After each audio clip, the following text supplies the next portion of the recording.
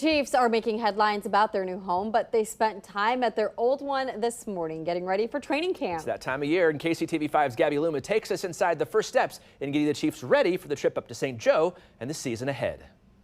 Chief season is nearly upon us, and that means training camp season is almost here as well. This truck is just one of 10 heading up to St. Joe, where rookies will report on Friday along with those QBs. Everyone else will report on Monday. The Chiefs are 23 days from their first preseason game, but before any Mahomes magic happens, nearly 15,000 pounds of gear has to get to St. Joe. 10 semi-trucks filled to the brim are making the hour-long trip north to Missouri Western State University, carrying everything the team needs for training camp.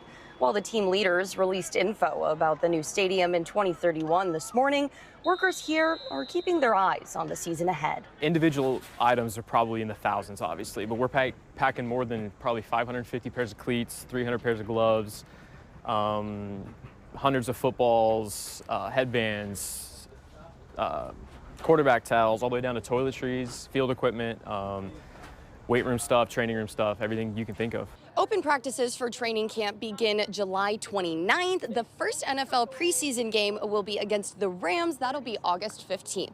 Reporting from Kansas City, Gabby Luma, KCTV5 News.